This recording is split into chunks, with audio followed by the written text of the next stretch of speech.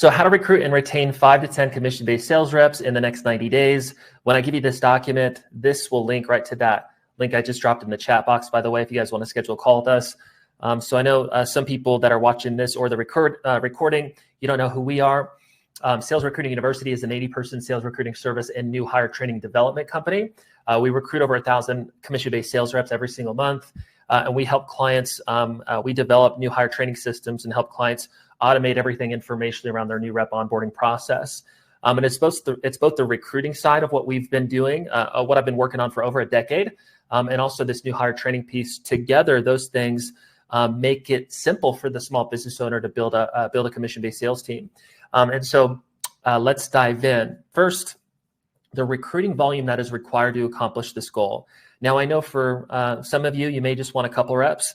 For some of you, you may want a couple hundred reps. But again, the training today is to try to illustrate what it would look like to build a team of 5 to 10 commission-based sales reps over the next 90 days.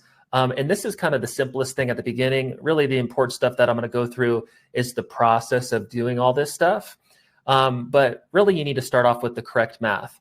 So the recruiting volume that is required to accomplish this goal of retaining 5 to 10 commission-based sales reps in the next 90 days, first you need to understand that you need 100 applications. If your opportunity is really good, if you're really amazing at the recruiting process, doing this in-house, you may get this down to like 50 to 75. So at best case 50, and typically up to 100 applications are needed for every one recruit that you bring on board, right? So what I mean by that is you need 100 people applying to your sales opportunity, and you need to cycle out about 95 of those to get down to 5 final interviews just to get to the point where you get one recruit signed and into onboarding. Okay, so 100 applications for every one recruit that you bring on board. On average, for the traditional recruiting process, this takes about 10 to 15 hours of recruiting work. Today, through the systems we'll talk through, I'm going to show you how to streamline that process. But it's important for you to understand that number at the beginning, 100 applications for every one recruit that you bring on board. And that's about a 10 to 15 hour time investment. But you also need to know your retention rates. So what are yours? Most small business owners that really maybe don't have full-time sales leadership yet, their sales processes are not perfect. Maybe there's 0 to 5-ish reps, 10-ish reps at the most. Not a ton of people crushing it within the sales position. Usually in a commission-based sales opportunity, their retention rates are going to be anywhere from like 20%, if they're decent, 25%, maybe 33%. It depends on how long your sales cycle is, how quality your onboarding and training experience is, how good you are at leading people. And so the retention piece is hard to dial in until you actually start building your team and objectively just know your numbers. But for the sake of illustration, let's go with a very common average of like 25%. Okay, so we're talking about the numbers, so you can understand what the recruiting plan is what recruiting plan will be required to actually hit this goal of retaining 5 to 10 commission-based sales reps in the next 90 days. So what are your retention rates? Hypothetically, let's say those are 25%. Well, what that means is you need to recruit 4 reps for every 1 rep that sticks, right? I recruit 4, I pump them into onboarding, 1 makes it, scales up into quota with a 25% ratio.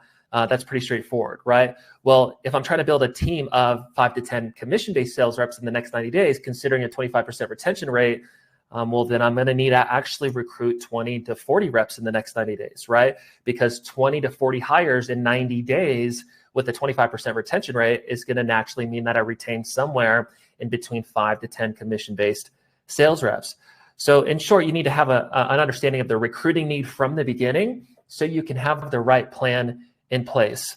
And so it's really important for you to know this plan because unless you're experienced from a recruiting perspective, you're going to go into the recruiting process and just get easily discouraged, right? Because most small business owners are like, I just need the right person. And they go and they recruit 1 person or 2 people and they spend 30, 60, 90 days trying to get those people ramped up, even if they stick. And it's just constantly wasting time with not enough of the right people. And so when you're building a commission-based sales team, it is dependent on your retention rates, but it typically is somewhat of a volume game, especially if it's a longer sales cycle or if it's a harder opportunity to ramp up into. As an example, if you're recruiting me into like a B2B sales position, a field sales opportunity where maybe I need to self-generate and close my own deals, and I'm only going to make a couple grand in my first month and maybe $4,000 a month 2, $6,000 a month 3, and then finally scale up into like 8 figures by month 4 or 5.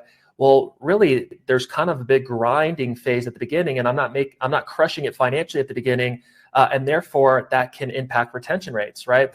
So the better the opportunity is on the front end, the more money I can make quickly in the opportunity, the better that your company brand is, and all these things, the higher my retention rates will be. And so retention rates are difficult to know without you actually just running the recruiting process, but most likely, if you're a small business owner and you don't have a massive sales team, at least 5 really successful salespeople yet, you're most likely in the 20 to 25% retention range, unless you're providing training pay and lead opportunities, which I would say most of our clients do not. Hopefully this is clear. So the big thing is you need to understand the plan from the beginning, so you know exactly what you need to accomplish. So in that example, 25% retention, I want to retain 5 to 10 commission-based sales reps in the next 90 days. Well, that means I need to sign and onboard 20 to 40 sales reps.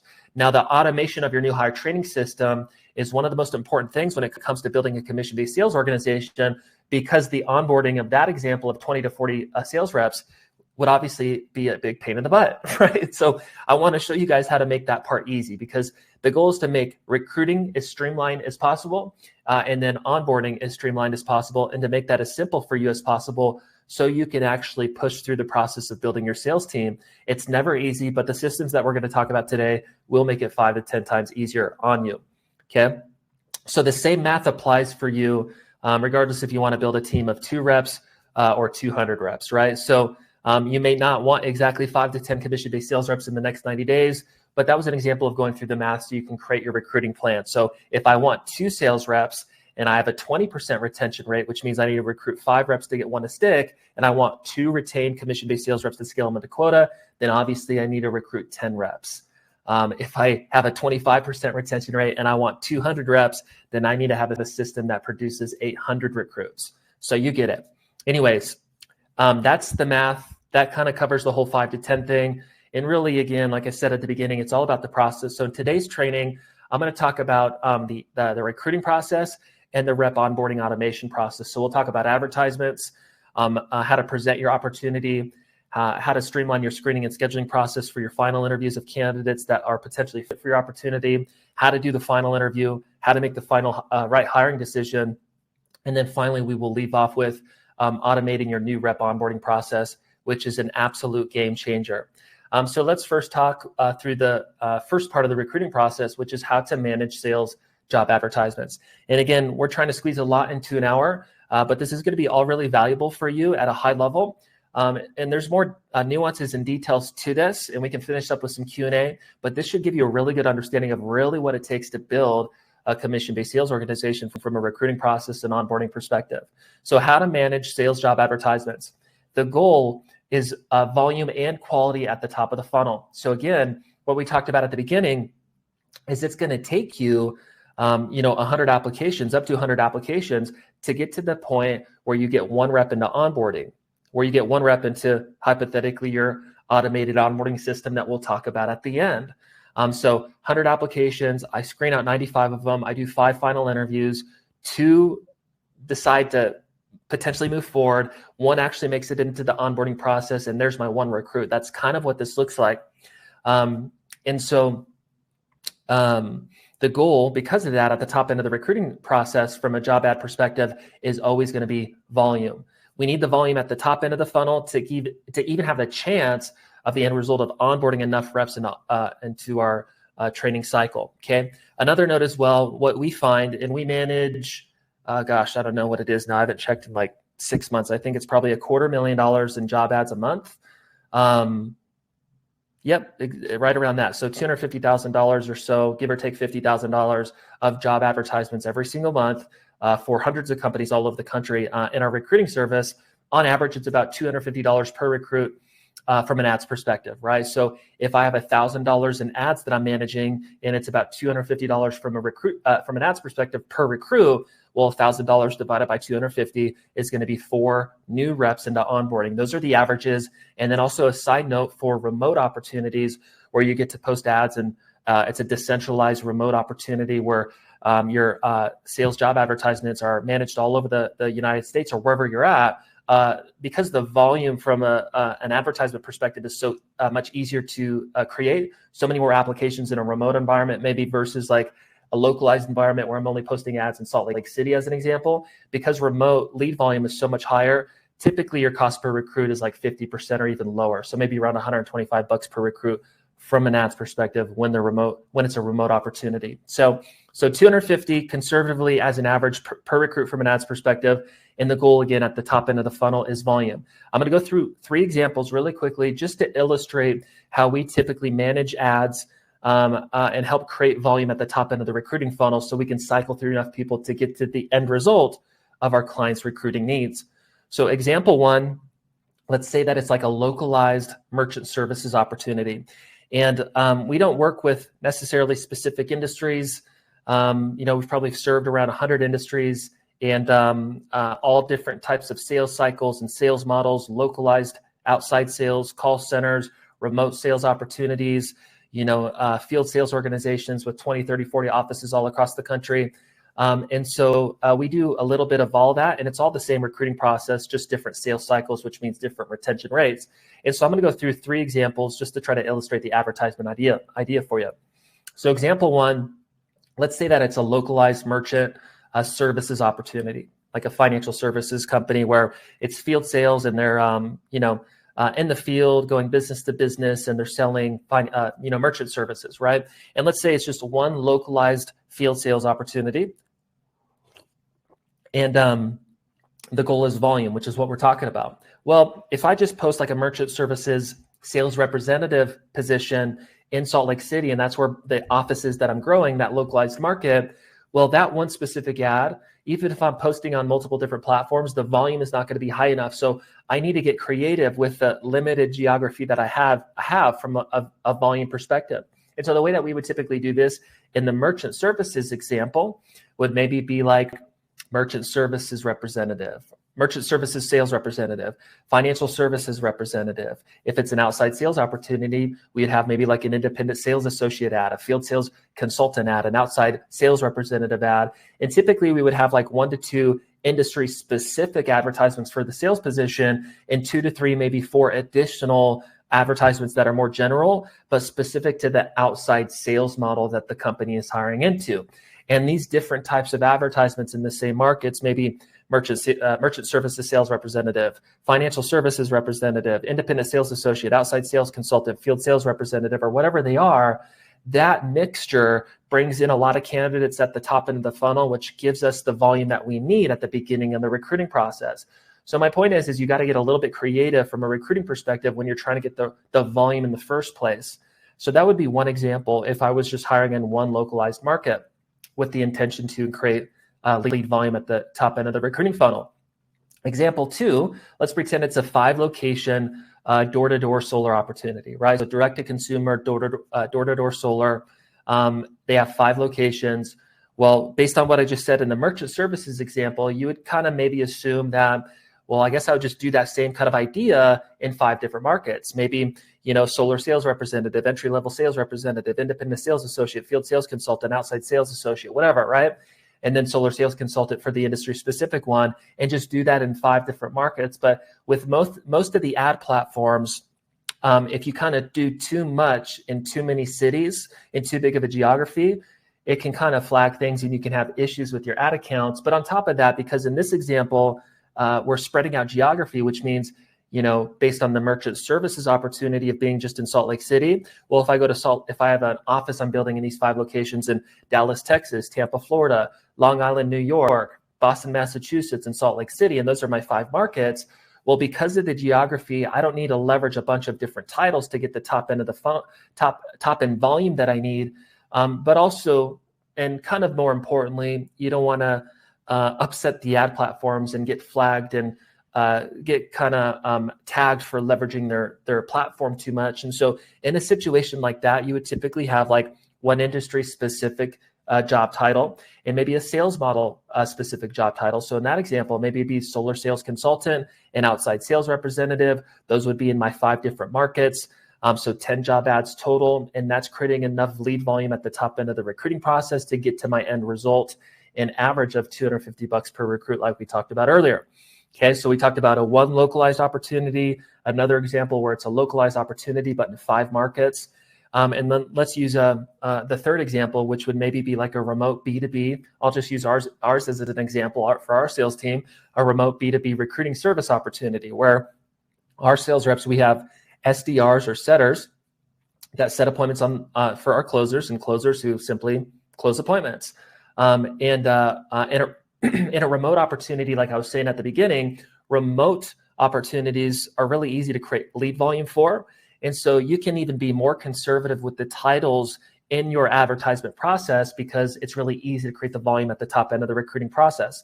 And so, in our example, we have high ticket sales representatives. Internally, we call them enrollment advisors. They sell our sales recruiting services and our training development program, where we help clients build up their onboarding and everything.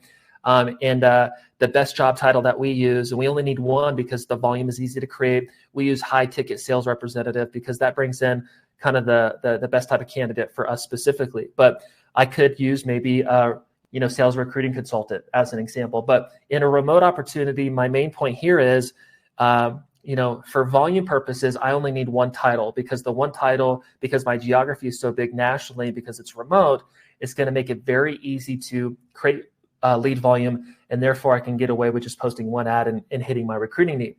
Now, in that case, I'm typically going to be very, very specific to the industry and sales model, but hopefully that helps you kind of picture what ads could look like for your organization in the three different examples we just went through. So you're typically going to have 1 to maybe 5 different job titles. Geography matters. The amount of volume you can get based on your geography matters.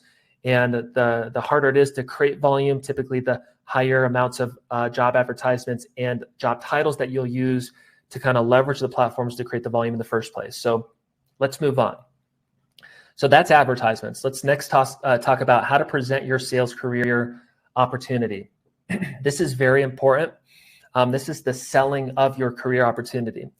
So we like to pitch everyone in what we call now a sales talent acquisition video. We custom create these for each client. By the way, this is a new process that we've been building out for several months. I don't know how familiar you are with our recruiting process. Sales Recruiting University has been around for over 6 years, but our whole, a central part of our recruiting process historically has been around a group interview process that we would build out, train clients on, and we would delegate them the group interview process, and we would pump candidates into a group interview. Well, over the last several months, we've been developing a new system that really takes that off the client's plate for new clients moving forward. In case you're a past client watching this now, by the way, if you are a current client and you want to talk about that, just bring that up to your client success manager, and we'll have to figure out that discussion later. But anyways, now what we do is we bring on a client and we create what we call a sales talent acquisition video, and it's customized for every client. Because let me kind of backtrack a little bit. When somebody comes into your recruiting process, the reality, especially for the small business owner who maybe doesn't have the most attractive commission-based sales opportunity in the marketplace, you don't really know who's going to be a fit. And if you're not investing into things like leads, training pay, or salaries, then you simply can't be too picky on the background. So as an example, if I'm hiring and it's a B2B sales opportunity and you can't even make great money for, about 90 days, assuming you hustle it out for the first few months, and I've got no lead opportunities, no training pay, no salary, no benefits, no financial security for the person, then obviously my screening requirements and the type of recruit that I can bring on board is not going to be maybe as high as if maybe it was like a high salary role and you got lead opportunities and you're probably going to make 10K plus in your first month. So the reality that you guys need to understand is not every opportunity is viewed or created equal, and candidates coming through your recruiting process understand that. And so the lesser attractive your opportunity is to the rest of the marketplace, the less strict that you need to be in the recruiting process. That's just the reality. Now, we typically help organizations that honestly have more of the at face value unattractive commission-based sales opportunities in the marketplace. B2B or direct-to-consumer door-to-door sales. Maybe it's remote, but you have to self-generate and close your own deals. You can't make good money for 30, 60, 90 days. There's no training pay. There's no leads provided. Pretty much there's not a big cash investment going into the sales opportunity from the company, meaning that it's going to be a high volume recruiting and high volume onboarding kind of scenario. Now, we do have a lot of clients that have higher quality opportunities where maybe there's a small training pay or small base and lead opportunities, and those clients are just easier to recruit for. But my point is we typically help the smaller business that maybe doesn't have the very attractive opportunity in the marketplace yet. And so anyways, if you're not investing into things like leads, training pay, or salaries, then you can't be too picky on the background. But I'm going to tell you guys how to objectively hire most likely the right person. And that's going to be really helpful, which comes through the overall recruiting process and implementing candidate assessments, which will be really cool for you to understand. And so my point is when somebody comes through the top end of the recruiting process, you don't want to make too many judgments on their background. And ideally, your recruiting process is set up to pitch everybody. And so the way that we do it is we build a sales talent acquisition video. And this is where it's selling, the opportunity, the culture, the industry, the company, the sales position, income opportunity, the career path within the organization, while providing clarity around the good and the kind of the bad, maybe the unsexy things in the opportunity. And it's selling the opportunity to every candidate that's coming through the recruiting process, right? So if 100 people come in, all 100 are getting pointed to the sales talent acquisition video, so they can all be presented and sold the sales opportunity that's being presented to them. And the reason that you want to sell everybody, as long as it's efficient and it's not wasting your time, is because you typically don't know who's going to be a great fit for your opportunity. Now, the more that you invest on the front end in leads or training pay and salaries, which again are mostly things that our clients don't offer in their sales opportunities, although it is a beneficial thing in terms of recruiting and retention. When you don't offer those things, like I said, you're not going to be too picky on the sales background. As an example, we just had a roofing client. They hired a 35-year-old guy who's been a college professor for the last 10 years. That college professor had no sales experience, and he did $100K in revenue in month 2. Now they've added $1 million plus in revenue to their business and hired somebody that they typically wouldn't have considered before because they maybe didn't have very specific outside sales experience. And so the reason that they were able to pick that person is because they went through this entire recruiting process. They went through the candidate assessment and candidate scorecard piece that I'll go through here in about 10 minutes. The client followed the process and they had somebody that worked out. Now, this doesn't mean that everybody they hire is going to work out. There is the retention piece that we talked about at the beginning. But the main thing here in step 2, because we went through job advertisements, which is the volume, step 2 is about presenting your sales career opportunity. From our experience now, creating a sales talent acquisition video or whatever that you want to call it, where this is selling the culture, the industry, the company, the sales position, income opportunity, all of those things, the career path, and getting that in front of every candidate is the best way to manage high volume recruiting, which is required when building a commission-based sales opportunity. Okay. And so it's a presentation. As a side note, if you don't have the ability to create a presentation, you can do a live group interview. Okay. So you can do a live group interview, pump candidates into a group interview presentation and pitch them in about 15 to 20 minutes, everything about your A to Z opportunity. And they're either going to be interested or not. But with that said, you can choose to do that. In this video, I'm going to focus on the sales talent acquisition video. So we have lead volume. We have everybody coming through the recruiting process. We're pitching everybody in an automated way through this video presentation. And by the end of that video, they're either going to be interested in the opportunity or not, and then move to the next process. So the next piece of the training that you guys were expecting, assuming you've been kind of watching the emails and everything, is how to screen and schedule interviews efficiently. So we've got the volume, we've sold the people, and they're either going to be interested or not. So how to screen and schedule interviews efficiently. What we do is we embed the sales talent acquisition video into a next steps recruiting process form. When submitted, we get immediately updated via email, right? So whoever's managing the recruiting process would get updated via email. So if you can imagine, you're a candidate, you get a link to a form, you open up that link, there's a video, it's 10 minutes. It pitches everything about your opportunity that you would want to sell a candidate on while setting expectations of what it really looks like to ramp up into your commission-based sales opportunity. They're either interested or not. And then if they're interested, they are prompted to fill out the form. They fill out the form, and then they go through next steps, which would be potentially scheduling the one-on-one. And so that's kind of an overview of the process so far. So candidates click into the form link. Candidates are prompted to watch the sales talent acquisition video. The candidates are prompted to complete the form if interested. These next step forms are questions. Form questions are based on the opportunity and ultimately help you understand if the candidate is a potential fit. And so what I mean by that, to go back to the example, if the candidate gets the form link, they watch the video, prompted to fill out the form, and they start to fill out those forms, the way that we set it up, it's typically going to be based on how entry level or senior level the sales opportunity is. It's going to be 10 to 20 questions, and they're filling out those questions. And when they submit it, what we call internally our recruiting coordinator, that gives them the information that they need to determine if that candidate is worth taking next steps in the process, right? So it's like, how many years sales experience do you have? You know, will you be able to provide references? Whatever the questions are. Do you have your own form of reliable transportation and a valid driver's license? What's your most relevant work experience to the opportunities presented in the sales talent acquisition video, right? So 10 to 20 questions based on things that you would want to learn about the candidate before you consider taking next steps with them in the hiring process. You get that form, and then you determine if you want to take next steps with them from there. So these next step forms questions, again, are based on the opportunity and ultimately help you understand if the candidate is a potential fit. If they are a potential fit, then the resume gets reviewed and the candidate is invited to an interview. If not, then they get rejected. So to recap, ads, volume, present the opportunity to everybody. The best way to do that is to invite everybody through the process, which means you don't have to spend hours going through resumes and these kind of things. You just get the sales talent acquisition video in front of everybody, okay? Then they're prompted to watch the video and fill out the form. If they fill out the form, that helps you understand if you want to meet them. And then if they're worth considering based on how they filled out the form, then you look at their resume if you want to take that additional step to make sure they're not too jumpy in their background or whatever into different jobs. And then you determine if you want to schedule them on one-on-ones, okay? And so this is a high volume funneling out kind of screening process. If they are a potential fit, then the resume gets reviewed and the candidate gets invited to an interview. If not, they are rejected. The scheduling for the one-on-one interview, the final interview, is really simple.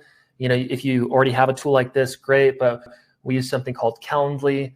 It's just an automated scheduling tool that you can integrate with your calendar.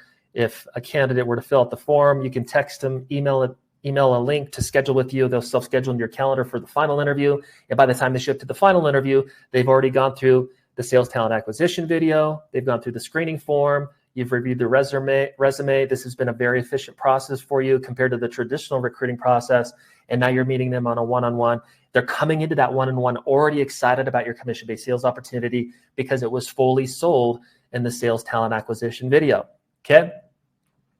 So let's say that a candidate went through that entire process and we got them in the final interview. Okay. It's important for you guys to understand that just because they're in a final interview, it doesn't necessarily mean that they're going to take next steps in your hiring process. You need to close these recruits down. Now, if they go through the video and they show up to the one-on-one, then obviously they're excited and it's a good laid up lead and it's most likely a fit because of the process leading up into the final interview. So we can't deep dive too much here, but here are the four most important things of your final interviews. Okay, these are really, this is the meat of the final interview process, at least how we have clients do it. So first, you want to understand what they liked about the sales talent acquisition video, what's been missing from past opportunities, and what they desire personally, professionally, and financially as goals. So at the beginning of the final interview, you build some rapport and these kind of things. And then you want to dive into them, and it's all about them. They went through all these steps to be considered for a final interview, and you want to make this part about them. So that's the deep dive. Hey, tell me real quick, like what got you excited about the opportunity after watching that video? Cool. And you're writing down notes. Awesome, that makes sense. So what about past opportunities? Like what brings you here today? Like why are you still looking for new opportunities? What's been missing from the past to have you still searching? And you're learning about things in their history that they didn't like about other opportunities, right? They didn't get to advance. The income opportunity that they were promised didn't happen. Their manager sucked, whatever it is, right? And then we want to dive in to what they care about, what their goals are personally, professionally, and financially. And this is kind of the deep dive scenario where, again, we're learning about what they liked about us per the presentation, sales talent acquisition video, what's been missing from their past opportunities, and what they desire personally, professionally, and financially in terms of their goals. And so this is a deep dive, and we want to learn everything that we can around them because we're ultimately going to paint a picture of our opportunity of how it matches all those things well, helping them understand that working with us is the right move for them, if that makes sense. The second foundational thing that you do in your final interviews is weaving in interview questions into that deep dive conversation with the candidate pretty much that step above on this document, right? So I'm learning about what they liked about the sales talent acquisition video, what's been missing from past opportunities, what they desire and goals, what their goals are for the future, personally, professionally, and financially. And through that process, and it's important that I'm deep diving and questioning certain areas of their background and things like that to better understand if most likely they are for sure, from my subjective opinion, a fit. The hiring process can only be so objective, and it's the entirety of the process that is somewhat objective, including the candidate assessments, which is the next piece, but you're never going to be perfect in the hiring process. So you do want to dive in a little bit. So as an example, if I want to understand a little bit more about a candidate's past sales experience, and you're asking them, hey, so what brings you here today? Like, why are you looking for new opportunities? Obviously, something's been missing from the past to have you searching today. Help me understand what's been missing. If they're like, yeah, well, my past opportunity over the last 18 months has been good, but I haven't been able to break past like $80,000 a year, and I'm just looking for something different. Like I want to crack that six-figure mark, and scale up to 120, 150 per year or whatever, right? And that's what they communicate. Well, I can use that conversation to lead into questions. Oh, that's great. I'm super excited that your intention is to scale up your income and your value to a company, and that's really exciting. And I can't wait to show you exactly how we'll get you to 150 per year. But tell me what your day-to-day was like in that job. Like, tell me exactly what you did, right? So anyways, that initial deep dive conversation can open up opportunities for me to ask questions to better understand if the candidate is a fit. We're going quick. I'm going to continue to move on. The third thing that's really important in your final interviews is painting a picture of how they will not experience the negative things that they've experienced in their past, right? In that example, it'd be like, hey, you're not going to get stuck at 80K here. You're going to get to, for sure, that 120 and up to 150 mark. And here's exactly how you're going to do it. So we want to make sure that they're not going to experience from what they think are the negative things that they've experienced in their past. And we want to help them understand how our opportunity is going to help them accomplish all, or at least the majority of their personal, professional, and financial goals. So we want to paint a picture of exactly why this organization, this culture, this sales opportunity, this career path is going to be the one opportunity that allows them to accomplish what they want to. And then lastly, the big core thing in the final interview, although there are other nuances, these are the most important things. The big fourth thing to move on with the training is setting clear expectations on what it looks like, on what it takes to ramp up into the position and the income that aligns with that ramp up, right? So if you're pitching a six-figure income opportunity, or if quota is 75K plus per year, and that's the bare minimum, or call it 78K per year, which is really $1,500 a week, but it takes 90 days to scale up into $1,500 a week, which is ultimately 6K per month, and you're pitching at least 6K per month in income, doing the bare minimums at this organization, and the recruits get onboarded, assuming that they're going to make 6K in month one, when really they probably aren't going to do that based on the average person, unless they ramp up and do the work, finally hitting that in month three, and you miss that expectation, that's a really negative thing, right? Because if it most likely is going to incur, they're going to make 2K month one, 4K month two, and then finally get to that 6K plus in month three, or whatever the numbers are, and they don't know that beforehand and assume something else, then that's a negative thing. And so in short, you just want to be very clear on expectations of the opportunity, what activities are required to truly ramp up into the position, what the timelines are, what the income is going to be, assuming they follow this structure, and set expectations and make sure that they're on the same board so they fully get it before they start the onboarding process, and you kind of go through that hoop. And so in the final interview, the four big things that you want to cover are deep diving into them. What do you like about the sales talent acquisition video? What gets you excited about the opportunity? And again, if you are not doing the video thing, you can replace that idea with a group interview. But what got you excited about the presentation? What's been missing from past opportunities? What is it that you desire in your future? Also weaving questions into that to better understand the candidate and to make sure that you actually want to hire them, because not everybody that shows up to the final interview is going to be the perfect recruit, although that process can get better over time as you improve the form process that I went through earlier. Then you want to paint a picture of how they're going to accomplish the things that they want to accomplish at this organization, and how the negative things that they've experienced in the past will not be happening here. And then lastly, getting a commitment from them, of course, to move forward in the first place, but primarily setting expectations on what the ramp up looks like, the timeline, the income ranges, and really the sales activities that are going to be required to get there. And if you do all that, you're going to have a really good success rate in your final interviews and lead reps into onboarding with really solid expectations. Now, you can choose to hire reps right at the end of that process. But we have implemented a process for our clients to help better define who to hire at the end, and just to have a little bit more of a screening process before you do the administrative onboarding process and invite recruits to whatever your new hire training process is. And that's really a process of how to choose which sales reps to hire. And if you're thinking, hey, why doesn't this piece just get thrown on the front end part of the recruiting process before they do the final interview? That would be a good question. That makes logical sense that you'd ask that. But the reason is because we don't want to have a million steps before we get to the final interview. We really want to interact with the recruit. And we've also found that these steps right here just ensure that the candidate is actually truly wanting to move forward. And it kind of delays the hiring process, the final decision in the hiring process a little bit, which protects your time in the onboarding process from a retention perspective. Hopefully that makes sense. But how to choose which sales reps to hire. DISC personality assessments are a great way to screen additional candidates out of the recruiting process. Okay, so DISC personality assessment. Not sure if you're familiar with that, but it's like one of the top 2 personality assessments in the world, and it's a good tool to better understand who to hire, obviously. And so DISC, dominant, influential, steadiness, and conscientiousness. Salespeople are typically more on the dominant and influential side. And so pretty much if the personality assessment result is high D, which means the recruit is highly dominant, and then anything else after that, which would only make sense if you understood the DISC assessment. We don't have time to dive into all the details now, but if you're familiar with it, this will make kind of sense.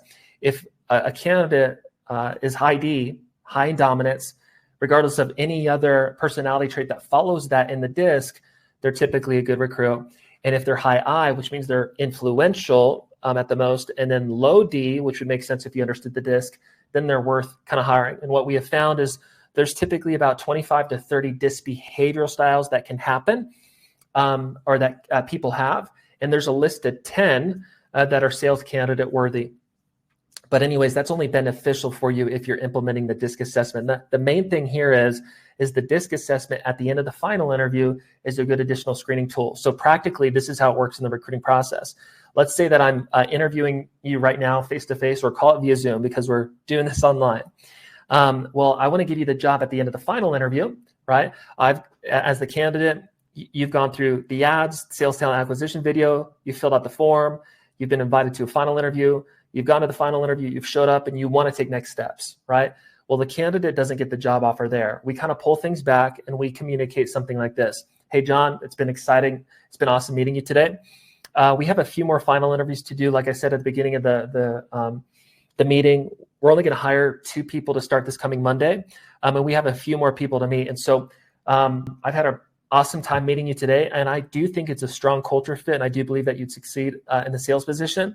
But out of respect for the other candidates and us only hiring 2 people on Monday, I got to meet everybody else before I potentially offer you a job. So at the end of the day, John, tomorrow I will reach out with next steps, whether that's getting you ready for Monday or not. Does that make sense, John? Okay, cool. Here's what I want you to do in the meantime. I have a link. I'm going to drop this link in the Zoom chat box, or I'm going to text you if we're face-to-face, whatever. And this is a DISC personality assessment. It's going to take you about 10 minutes. And this, John, is just going to confirm that you for sure are a good culture fit for the organization, which is really important for both you and us. And pretty much, John, what I want you to do, if you're strongly wanting to move forward, like you just said you are, by the end of the day today at the latest, I want you to complete this DISC assessment and get it back to me. And then I'll reach out to you by the end of the day tomorrow at the latest with next steps. And so what this does for you guys watching this training is it delegates an additional task for the recruit to do, because what can happen in your final interviews, and you may have experienced this, is candidates may be nice and they're like, yeah, I want to move forward with you. And then you start sending their independent contractor agreement and follow up and they ghost you, right? If you've ever experienced that, that can happen, especially when building a commission-based sales team. And so this DISC assessment delegation adds an extra piece that the candidate has to go out of the one-on-one interview and do that same day. If they do it, that shows that they are serious. And what we do is, if they align with these 10 DISC behavioral styles that we give clients, which are primarily high D and some high I influential candidates, and they also had a good candidate scorecard, which is the next thing I'm going to go through right now, then they're ultimately worth hiring. And so you delegate the DISC assessment at the end of the final interview, do a little bit of a takeaway. I'm not offering you the job right now, but I will reach out tomorrow with next steps. Then they have to do this additional step for the DISC. And then right at the end of that, you transition into your candidate scorecard. So this next piece on how to choose which sales reps to hire, by the way, I hope this is giving you guys value today. If you want to learn about working with us, just as a side note, we create this entire process and pretty much put clients like you in a place to where all you have to do is show up to one-on-one interviews. So anyways, if this is kind of losing you and it's too much information overload, and I hope that's not the case, hopefully it's really valuable, and you're just like, hey, this is cool, but I ain't gonna ever do this, and I would just rather have them do it, you can schedule a call with us to learn more about our service. But anyways, the next piece is the candidate scorecard for more objective hiring decisions. So in that example, I'm interviewing you, John, right? You get off the one-on-one meeting. Your responsibility is to do the DISC assessment. Well, my interview time with you is at top of mind. So what I'm going to do right there, and you can just do this on a yellow notepad. This is really simple, or you can create your own candidate scorecard. But the candidate scorecard is really just, name, email, phone number, contact information, and then 2 lines for skill notes, and then skill fit notes, and then culture fit notes. Okay. And then at the end of that, we have like a, rate the candidate from 1 to 5. And it's really simple. Right at the end of the final interview, you write down their information. And while this is all at top of mind, you write down any notes around their skill sets that you want to save. But primarily, you rate them from 1 to 5 on skill sets in comparison to the role that you're hiring for. And then you do the same thing for culture fit. So culture fit notes, anything that you want to save. And then you rate them from 1 to 5 based on if they are a culture fit. And you ultimately rate them on skill set and culture fit from 1 to 5, with the total being up to 10. Now, if you rate me on 4 skill sets and 3 culture, then I would be 7 out of 10. And so 4, 3, 7 out of 10. And that's the candidate scorecard. And you do all your final interviews, and you pretty much go, here's the best DISC assessment results. Here's my highest candidates for my candidate scorecard. What is the best overlapping candidates? And that's the way that you get more objective in the hiring process. And so that college professor example that I gave at the beginning, he was a 9 out of 9 on the candidate scorecard. And he was at one of the highest end of the list for the DISC assessment. And the company hired them based on that, and also having the same job for the last 10 years. And he ended up being a 7-figure earner. Okay. And so this just helps you really determine who likely to hire. This right here, as a side note, can take somebody who has, 20% retention rates immediately down to maybe 25 or 33% retention just by implementing this specific thing, because it's hard to understand who to hire. Okay. So hopefully that is clear. We can move on. And the last thing would be the new hire training, how to streamline your onboarding process. So again, this is really important. This is equally as important as the recruiting process. And I would argue, after implementing this as a service, maybe even more important.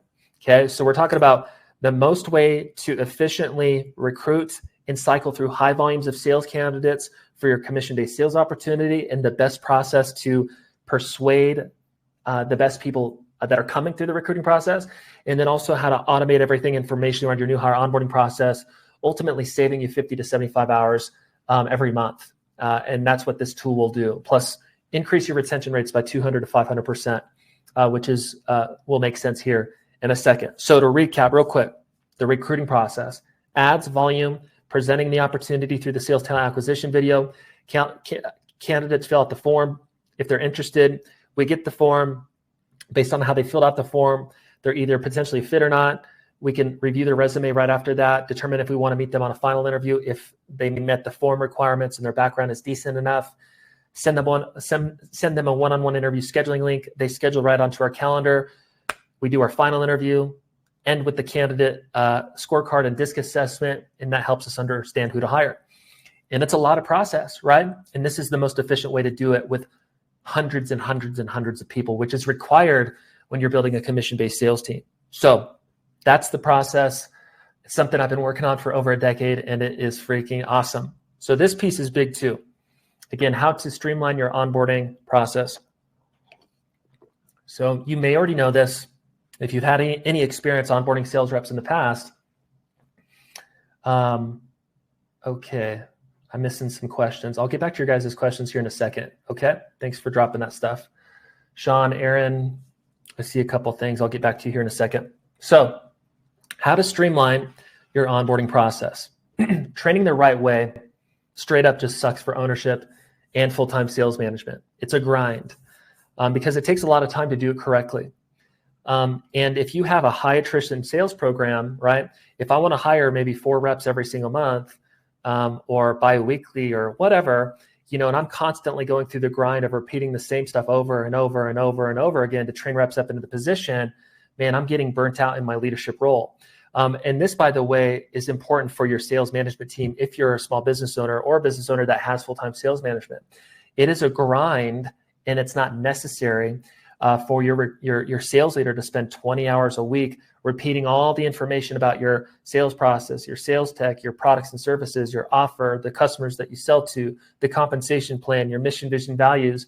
That stuff can all be automated, which is what we're talking about. Okay. So it's a grind, so much time, and we're going to talk about how to save on average 50 to 75 hours. So really, this is all about creating your own customized university.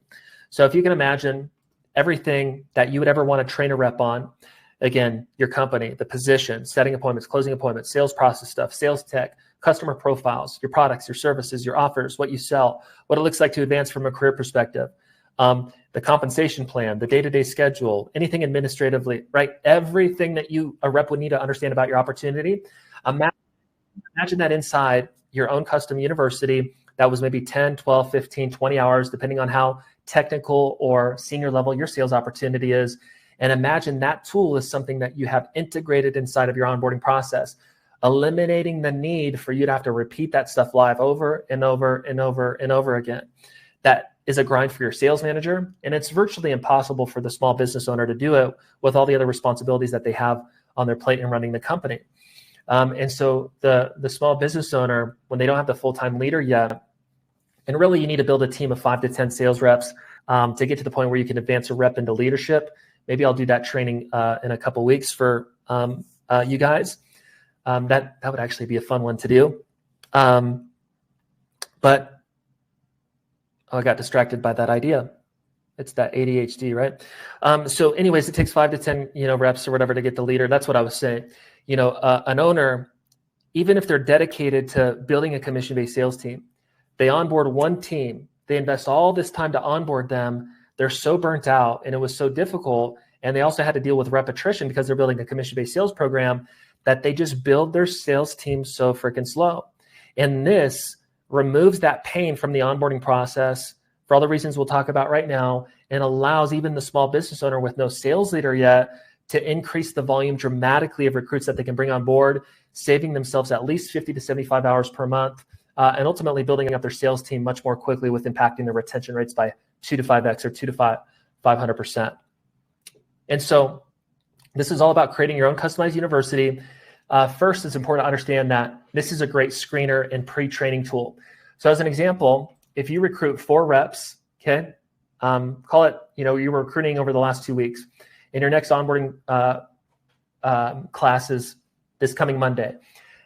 This university piece, it doesn't negate any type of management or any type of life support, but it saves you a good 15, 20 hours per week or even more, depending on your sales opportunity. But imagine you have this university created, you hire 4 reps over the last couple of weeks, they're all ready to start this coming Monday, but you have this university that's 10 to 15 hours long, and the responsibility that you gave these 4 new recruits was to go through this entire university before they even started Monday, okay? Well, imagine that responsibility being delegated by you, and then one of them starts to go through it, and they get to module 2, and they go, you know what, this isn't for me, I'm just gonna opt out, and then they ghost you in the process. But the other 3 out of the 4 recruits get through the entire thing, they show up into Monday. Obviously, if they've gone through the entire training, first benefit is obviously they've gone through some pre-training, right? They've learned the full A to Z sales role in typically 10 to 15 hours. This means that if they've gone through that and they've also been trained on the entire sales opportunity, that they're actually bought in, but also you get the benefits of them doing pre-training before they get there.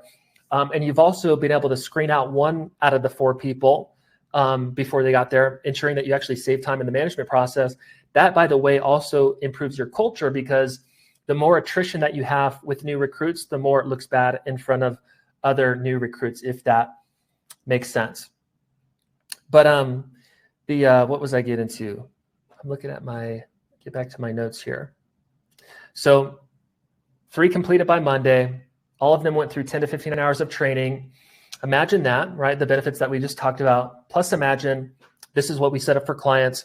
Imagine each one of those reps having the responsibility to go through your new hire training university 1 time per week for the first 4 weeks, meaning that they went through it pre-Monday, pre-start date, in 4 more times in the first month, concluding 5 times they've gone through your entire university, getting the same information 5 times, automating 50 to 75 hours of training on your behalf without you investing that time to repeat the stuff over and over and over again.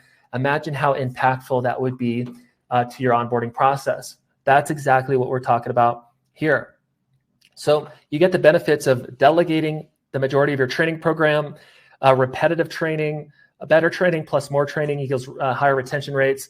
And again, we see an increase of about 200 to 500%. 200 is a 2x increase in retention is the bare minimum every single time when a client implements their new hire training university in retention rates. And so it is the game changer in terms of building a sales team. But also, before we talk about what it looks like to build your university, you also get benefits from a sales leadership perspective. So it's a good sales management Q&A tool as well. As an example, let's say you're in a team meeting or a one-on-one rep meeting, and you got a question that you don't have time to maybe answer. Well, you can delegate, oh, hey, Sally, that's an awesome question. I know we're just about to end the sales team meeting, or we have to go to this section of our sales team meeting. That's a good question, Sally. You know ABC University? Do me a favor, write this down. So module 3, when we talk about the setting appointments process, go to the second video. I want you to watch that. Great question, Sally. That's going to answer your question in that video. We don't have time to do that right now. I want you to go and watch that by the end of the day at the latest. And then DM me, email me, Slack me, whatever, with any questions that you have after watching that video. But that video should answer your questions. And so the benefits of the university, what I'm telling you guys is you get the benefit of delegating Q&A from a sales management perspective. And there's a lot of that, especially when building a sales team at the beginning. And so you got all these new recruits, you're onboarding a bunch of people at once, you get to delegate the majority of it to the university. And then also as questions come up, you get to push those questions back to the university, because literally everything about the opportunity is inside of the university. The value is pretty clear. So 6 steps for you guys to create this stuff. By the way, this is a big project, and we have almost a 20-person team out of our 80 employees that does this for clients. We custom design and create your entire new hire training system, everything. We do the videos, the documents, the PowerPoints, the quizzes. We build out your LMS tool. We custom design it to your brand. It is beautiful. It's amazing. And it's made the results of our recruiting service 2 to 5x better, which is awesome. So anyways, if you were to do this yourself, this is what it would look like. High-level steps. Step 1, pick your LMS tool. We use thinkific.com. I'll drop this document in the chat for you. There's a bunch of LMS tools. You don't have to use this one. You may already have a tool like this and you just need to redo your university. But anyways, we use thinkific.com. There's a free version of it that allows up to like 100 to 1,000 users, I forget, but plenty of users for the small business owner. And it's really easy to kind of operate and add content to and those kind of things. So step 1, you need to figure out what LMS tool, learning management system tool you're going to build your new hire training university inside of. Pretty simple. And if you don't know what to do, just use Thinkific. There's a free version and roll with that. Step 2, this is where the bigger work starts to happen in terms of developing this. And again, if we help you do this, you just spend time with our team a few hours per week, and we build this out entirely over an 8-week period. 3 hours a week from you with our team, one-on-one, and we build out your entire training university, and all of a sudden you're automating 50 to 75 hours of training plus all the other benefits we talked about after that. So, but you need to, in step 2, outline your entire training program, pretty much your training modules, and have a good understanding of how you want reps to be trained. So not creating all your content yet, but you want to kind of just outline the high-level overview. So the typical modules, that we help clients create It's always customized. It could be anywhere from like usually 6 modules and up to 10 modules are topics like company overview, position overview, product and product service, offer training, customer profile training, which is like the type of customers that you sell to. If you don't know what that is, it's something that's important in your sales, in your onboarding and training process. As an example, our profile 1 is the small business owner with no sales team and no sales manager. Profile 2 is small business owner with a few sales rep and no sales manager. And profile 3 is the larger business with full-time sales leadership and a successful sales team.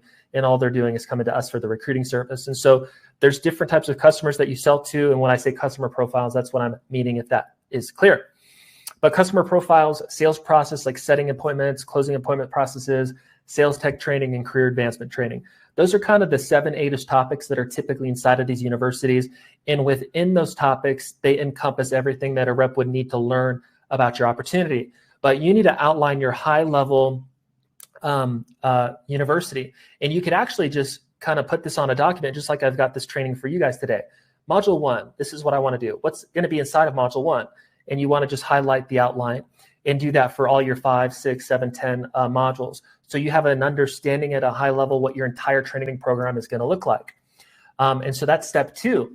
Step 3, this is the bigger part of the work as well, is you need to create all of the training materials to 100%. So as an example, you have module 1. Well, if your outline has like 5 things that you want to train within that, then you need to outline that that entire content. Is it going to be documents? Is it going to be PowerPoints? Like, what is the content going to be that you deliver to reps? And you need to kind of create the entirety of the content. So as an example, in my setting appointments module, if one of my topics I want to cover is the setter script, and I don't have a setter script, well, the training materials that I'm talking about in step 3 would be actually creating the setter script. If you don't have those things for setting and closing, we will custom create those for you as a part of this New Hire Training University process. Just another plug, because I just love this program. But anyway, step 3, you actually need to create all of the content, not just the outline, but all of the content that will be trained on in your training process. Step 4 is all about the videos. And you need to shoot and edit your training videos. There's a quality version or an easy version. Quality version is you got the high level camera and an editor and all of that thing. That's kind of a pain in the butt. Most of you are not going to have that set up. The easy version is going to be, just setting up your entire training system, all of the materials, planning it out, 4, 6, 7, 8, 10 modules, whatever it is, recruiting reps into onboarding and recording those videos live, maybe via Zoom or in the office, however you're going to train. And those are kind of your videos. It won't be the best audio. It won't be the best quality. And you're going to, just kind of live go through the content. And those will be the videos for the university. But that is good enough. Okay. The way that we do the videos in this program, our Done For You University program, is we custom create the videos, like the PowerPoint of the content that we're going to go through, and have somebody just do a voiceover of a sales presentation, and it's really cool. But anyways, you need to conclude if I want to have like the simple version of the videos which won't be as quality, or am I going to do like a higher level type of video? But step 5, my point is, or step 4, my point is you need to complete the videos, right? So LMS tool, outline the entire module system, like the high level outline, create all the content that will be built in within that module system. Step 4, complete the videos, however is easiest for you to get that done.